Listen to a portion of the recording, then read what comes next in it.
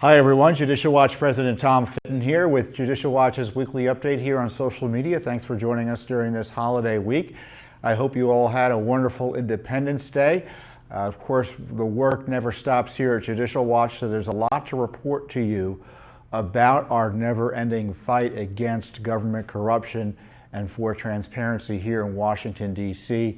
We have several new lawsuits, or at least 2 new lawsuits to talk about, targeting deep state corruption, the abusive Mueller operation, plus we have some information about some disturbing developments in this anti-Trump violence wave that is sweeping the left and frankly partisans who don't like President Trump. So a lot to talk about there that's disturbing, and we'll give you some action items that you can follow up on in terms of standing against this effort to promote lawlessness and violence against politicians and policies that leftists don't like. But first up is a new lawsuit that we filed against the Justice Department, the Mueller operation, over that illicit raid of Michael Cohen, who is, at least then, was President Trump's personal lawyer. And you may recall some time ago the raid took place, and it was extraordinary in the sense it rarely happens that a lawyer is raided by the Justice Department. It rarely happens. They don't do it for mob lawyers. They don't do it for drug kingpin lawyers. They just don't do it. But if you're the president's lawyer, if you're President Trump's lawyer, all bets are off when it comes to the rule of law, because the Justice Department, run by Mueller, at least in this area, is targeting Trump, and the rules and ethics are going out the window. And so they had this outrageous raid of Cohen's office that led to the collection of millions of documents, and Cohen obviously is facing a lot of pressure as a result of the raid. But Judicial Watch just isn't. There was a controversy about the raid when it took place back in April or so. I think April 9th. So Washington moves on, but Judicial Watch asks questions about this corruption that everyone's talking about, and then something else happens and they move along. And that's not what Judicial Watch does. We file Freedom of Information Act requests. In this case, we filed 3 requests to various offices in the Justice Department for records about the raid. And what had happened was that Mueller had decided he wanted this information, it looks like, based on public reports. But he recognized that to target the president's lawyer like this, Mr. Cohen, was a bridge too far for him. So he pawned it off on the Justice Department and the Southern District of New York, which is the U.S. Attorney's Office district up there, and they conducted the raid. And as I said, it was unusual and unprecedented in scope. As best I can tell, it hasn't ever been done with any other high-level public official under investigation.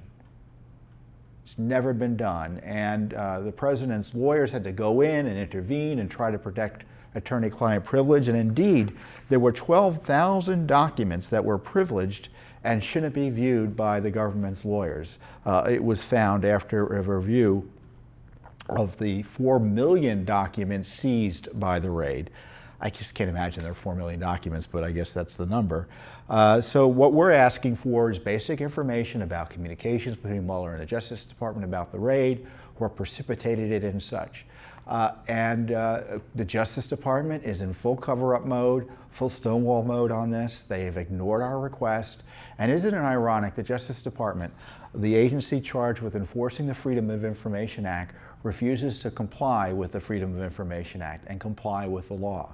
We sue when an agency refuses our request or unlawfully holds documents. And unfortunately, with the Justice Department, they just ignore requests. So talk about lawlessness.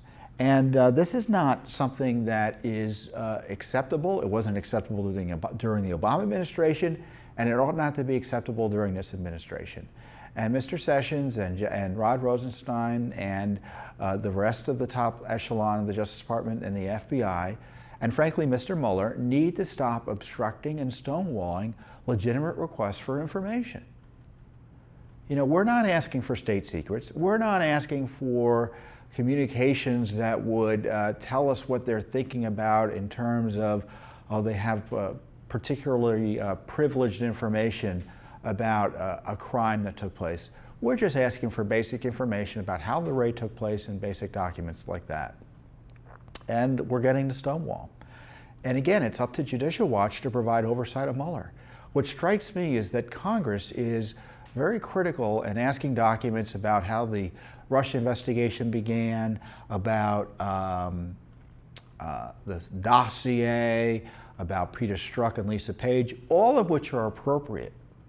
And of course, the IG report has confirmed that there were shenanigans in terms of anti-Trump activity at senior levels of the FBI at the beginnings of the Russia investigation, and that IG investigation is ongoing. But they refuse to bring Mueller in. They refuse to hold Mueller to account. They refuse, Congress does, to provide oversight of the Robert Mueller investigation. I keep on calling him Mueller, I guess it's Mueller. And the Mueller investigation needs to be held accountable the way any other government activity would be. Mueller is now, has I think 17, 18 prosecutors working for him officially. Judicial Watch has been unable to find any registered Republicans among those prosecutors.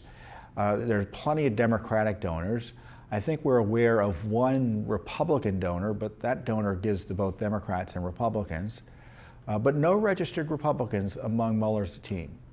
Also, of course, you had the issue of Peter Strzok, who was an anti-Trump activist who was running the Mueller FBI side of the investigation up until July of last year. He was fired or removed from the investigation, but Mueller or the Justice Department didn't tell anyone about it.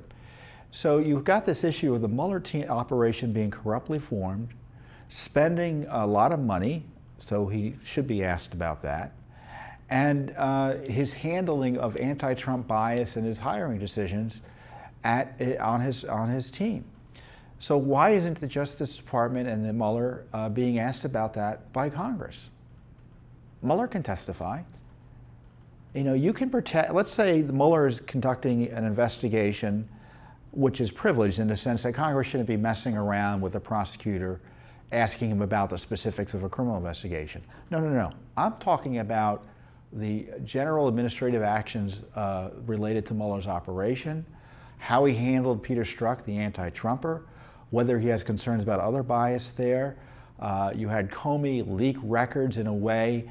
James Comey, the former FBI director, leaked FBI records to get Mueller appointed. He should be asked about that. What did he know and when about his appointment? Did he know that Comey had leaked the records specifically to get a special counsel appointed at the time? Does he have any concerns that's impacted and undermined the credibility of his investigation? You know, Mueller, by the way, also, according to reports this week, is using resources from outside his official special counsel's office to support his wide-ranging and out-of-control investigation. So we know about all the prosecutors in theory that work for him directly, but now he's asking other agencies within the Justice Department, the FBI and such, and other lawyers in the Justice Department to support his work because he's doing so much. So rather than get the resources officially, he's unofficially dragooning Justice Department and FBI resources into his gargantuan operation. So who's asking these questions about Mr. Mueller? Only Judicial Watch. We sued for budget information. We sued for information about collusion between Mueller and Comey. We're asking about this raid that Mueller engaged in through the Southern District of New York and the FBI on Cohen's offices. You know, and let me talk to you a little bit about that raid. We did a panel about a month or two ago, I guess it's 2 months ago now, about the deep state, about the Russia investigation. And we had on a panelist, Tony Schaefer, who is a great guy, veteran, intelligence official. He knows where the bodies are buried and knows how to and knows a lot about what's going on in terms of the way the deep state operates, because he's seen it up close when he was officially in the government.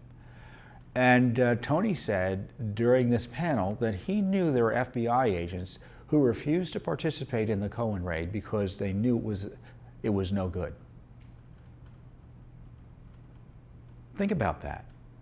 There were FBI agents who refused to raid the lawyer of the President Trump because they knew it was inappropriate. Now, Tony made that allegation. I don't know if it's true, other than I know Tony and I trust Tony. But this is the sort of information we're asking about. And this is the sort of information this Justice Department is withholding from you, the American people, because that's what we're asking for it on behalf of. You know, when Judicial Watch gets these documents, we put them out for everyone to see. We get documents that Congress can't even get oftentimes. Congress isn't in court suing for this information, but Judicial Watch is. And along those lines, there's this big issue about the CIA and its abuse under Barack Obama, and maybe even during the Trump presidency, in terms of targeting the Trump team as part of the Spygate, Russiagate scandal. And John Brennan was the CIA director under President Obama. And he's proved himself to be an unhinged Trump hater. Unhinged Trump hater. How do I know this? Because I read his tweets. And if you go on Twitter and read John Brennan's tweets, I think it's at John Brennan, you'll see tweets like the following. I need to put on my disguise here so I can see what is going on. And the tweets are, when the full, this is by Obama's former CIA director. So someone we're supposed to be able to trust. When the full, and he's referencing Mr. Trump, President Trump. This tweet was in March. When the full extent of your venality, moral turpitude, and political corruption becomes known, you will take your rightful place as a disgraced demagogue in the dustbin of history. You may scapegoat Andy McCabe, who was corrupt, who was fired for corruption, but you will not destroy America. America will triumph over you. And then he referenced Trump having I haven't heard this word before, kakistocracy, which is very negative. You don't want to be a member of a kakistocracy because it's the worst of the worst running the show. And you know, he's warning Trump that the special counsel is going to get him. This guy hates Donald Trump. It's a great country. You have a right to your beliefs. But is it any surprise when you see this sort of vituperative hatred directed at President Trump by John Brennan, Obama's CIA director, that the CIA and FBI and DOJ may have abused their authorities in targeting then candidate Trump? Did Brennan just decide on Inauguration Day that he hated Donald Trump? No way, Jose. No way. And sure enough, it looked like he was doing illicit things while he was CIA director. Specifically, he was leaking information under the guise of, quote, briefs to Senator Harry Reid, who then would go and leak it to the media. And what had happened was that just before, there was a book out called, oh, this is too small even for my glasses, Russian Roulette. It's by Mike Isikoff and David Korn, two liberal reporters. And Brennan contacted Reid on August 24th, 2016, in the middle of the campaign, to brief him on the state of Russia's interference in the presidential campaign. After the briefing, Reid wrote a letter to the then FBI director, James Comey, which was public, saying that there was information of direct connections between the Russian government and Donald Trump's presidential campaign, which really was baloney.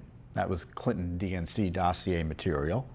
Reid called on Comey to investigate the links thoroughly in a timely fashion. Now, Reid is a smart politician, and according to the book, Reid saw Brennan's briefing as a signal that he wanted to get it out. He said there was a sign of urgency. Reid also had the impression that Brennan had an ulterior motive. He concluded the CIA chief believed the public needed to know about the Russia operation, including the information about possible links to the Trump campaign. So you had Obama's CIA director, according to this book, so briefing Harry Reid in a way so as to guarantee that classified information would be inappropriately released to the American people. Now, as you know, there are questions about the CIA's role in Spygate, as well as the FBI's role in Spygate, and Spygate being the specific aspect of the Obama administration attack on Trump that included recruiting spies and informants to infiltrate the campaign or sucker campaign officials into providing information or cornering them into doing something wrong, perhaps, that they could later use against them, which evidently they weren't able to do much in the way of that.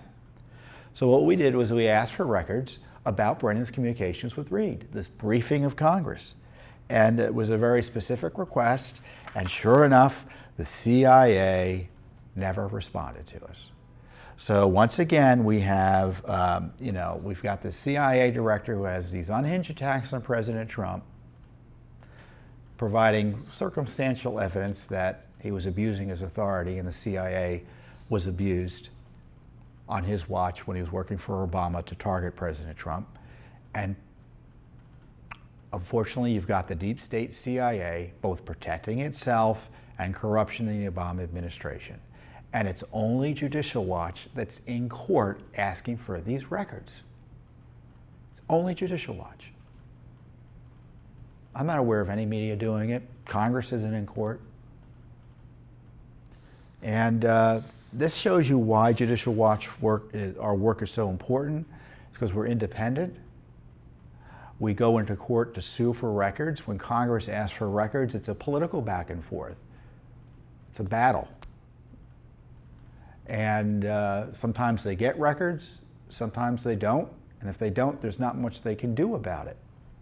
Or they've been unwilling to do much about it. There's plenty they can do about it. And this leads to the other issue. There's this possibility that Peter Strzok may testify on Tuesday. Well, Congress still doesn't have all the records. Subpoenas have been ignored by the Justice Department and the FBI. They still don't have all the emails. They still don't have all the memos and such about the targeting of Donald Trump. And Congress, again, is threatening impeachment and contempt if that doesn't happen. Well, that's all well and good. And if impeachment's warranted, then pursue it because it's accountability. But the contempt, what happens if you're in contempt of Congress? You may wonder. You have to rely on the Justice Department to prosecute it. So the Justice Department is going to prosecute congressional contempt against itself or its own top officials. It isn't going to happen. Now, in my view, Congress isn't being strong enough in getting these documents out. If they wanted the documents, they would get the documents. They wouldn't have to threaten contempt or impeachment. But if contempt is to have any meaning for Congress anymore, they have to stop relying on the Justice Department to prosecute. Because the Justice Department usually is the agency that is either defending the refusal to turn over documents, defending the lack of cooperation by government officials or executive branch officials. So what can the Congress do? Well, impeachment can lead to the removal of office from offending officials. But the House can impeach, and that requires only a majority vote, but it's only the Senate that can remove someone after a trial. That requires 2/3 vote. So that's unlikely to happen. So that leaves contempt. Well, how is it they can reform the contempt enforcement power so as to make it a significant threat to members of the executive branch? Well, it used to be that Congress would enforce its own contempt against members of the executive branch.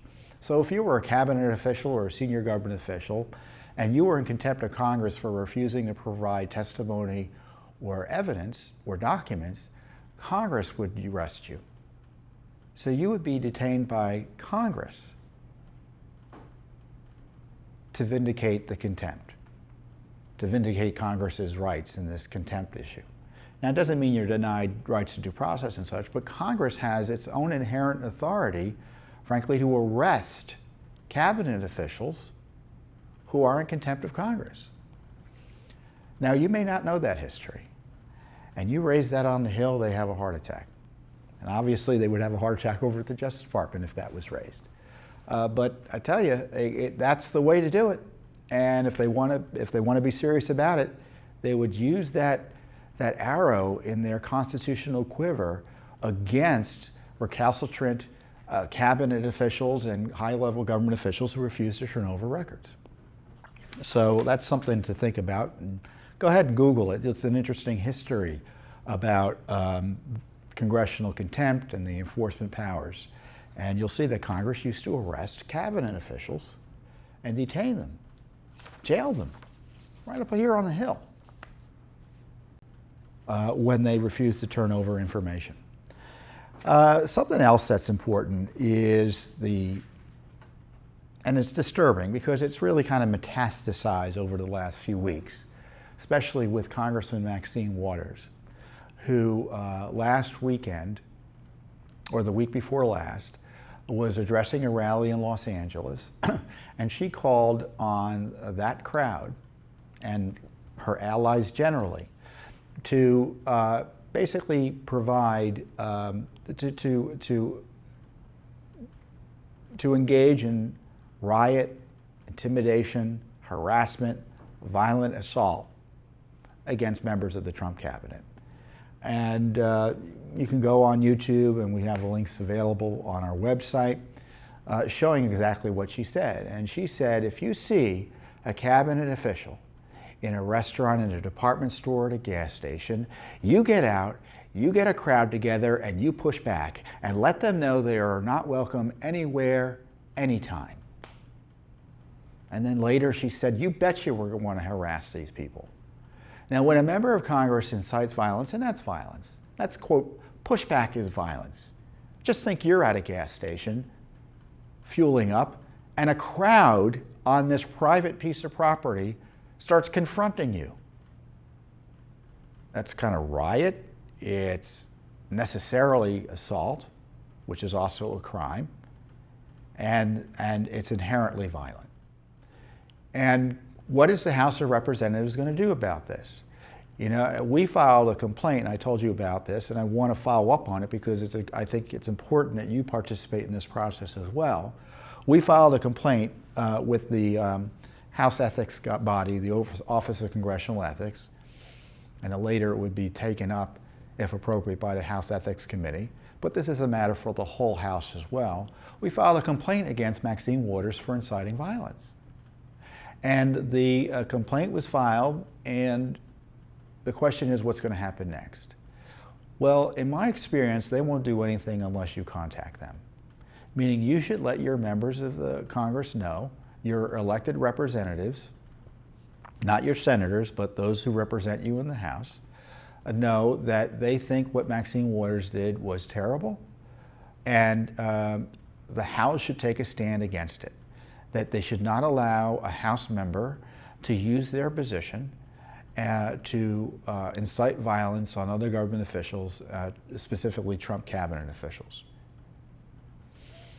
The number one rule of the House is that members should act in a way at all times that reflects credibly on the House of Representatives. Does Maxine Waters inciting violence, riot, and assault targeting Trump cabinet members reflect credibly on the House? So the choices are, they can do nothing. They can reprimand her, which would be a slap on the wrist, censure her, which would be more significant, but still a slap on the wrist, or they could expel her. Yes. Any House member can be thrown out by the House in its entirety if their conduct is bad enough, egregious enough. So I encourage you to call your House members. You can find who your House member is online. You know, if you don't know who your House member is, I'm not going to yell at you about it. Just look it up. Just call, or call the House Capitol office. Excuse me. Call the House at 224-3121. That's 202-224-3121, and let them know what you think about whether Maxine Waters acted in a way that reflects credibly on the House of Representatives in calling on people to get crowds together and push back on members of the Trump cabinet as they try to eat, get gas, maybe take their kids to school. get the basic necessities of life.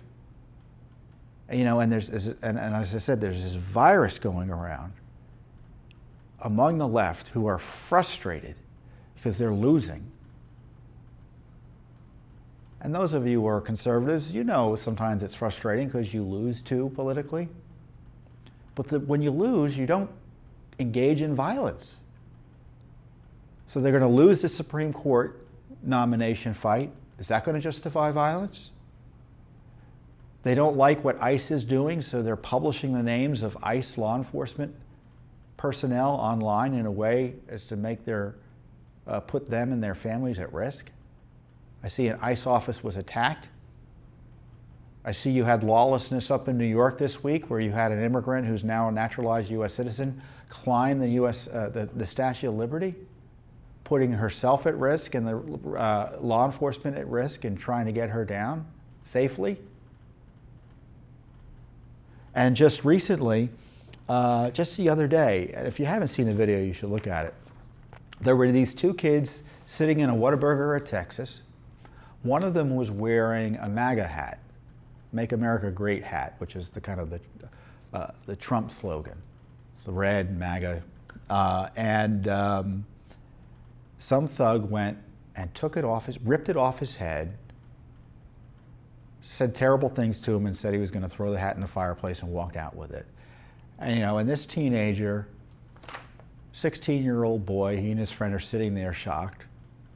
Thankfully, he was arrested. I mean, you're going to see this. You watch the video if you haven't already, because you're going to be pretty darn upset. Targeting a young boy, a young teenager. I have a feeling this guy wouldn't target someone like me. It's funny how they go after the weak. It's no surprise. But this is a sort of violence. Why would we have to worry about showing support for a politician that you like in public? One of the dirty little secrets here, it's the left has always behaved like this. I've lived in Washington, D.C. longer than I will admit to. And one of the things if you put a bumper sticker that has conservative thought on it or a conservative politician on it, your car is likely to be vandalized. And it didn't just start happening yesterday. It's been the case for years here in Washington, D.C. Because Washington, D.C. is basically a liberal area politically, and has a lot of liberal activists because we're the nation's capital, more specifically. Now, I know not all liberals are violent, but there's this nasty crowd in the leftist movement that is violent. And the politicians like Maxine Waters feed off of that, encourage it, implicitly endorse it, use it as a threat against others who are sensible to get them to do what they want them to do. Just think of the leftist motto, no justice, no peace. That implicit threat of violence. And this kid who was assaulted by this thug, God bless him, because his response was, I support my president, and if you don't, let's have a conversation about it instead of ripping my hat off. I just think a conversation about politics is more productive for the entire whole rather than taking my hat and yelling subjective words at me.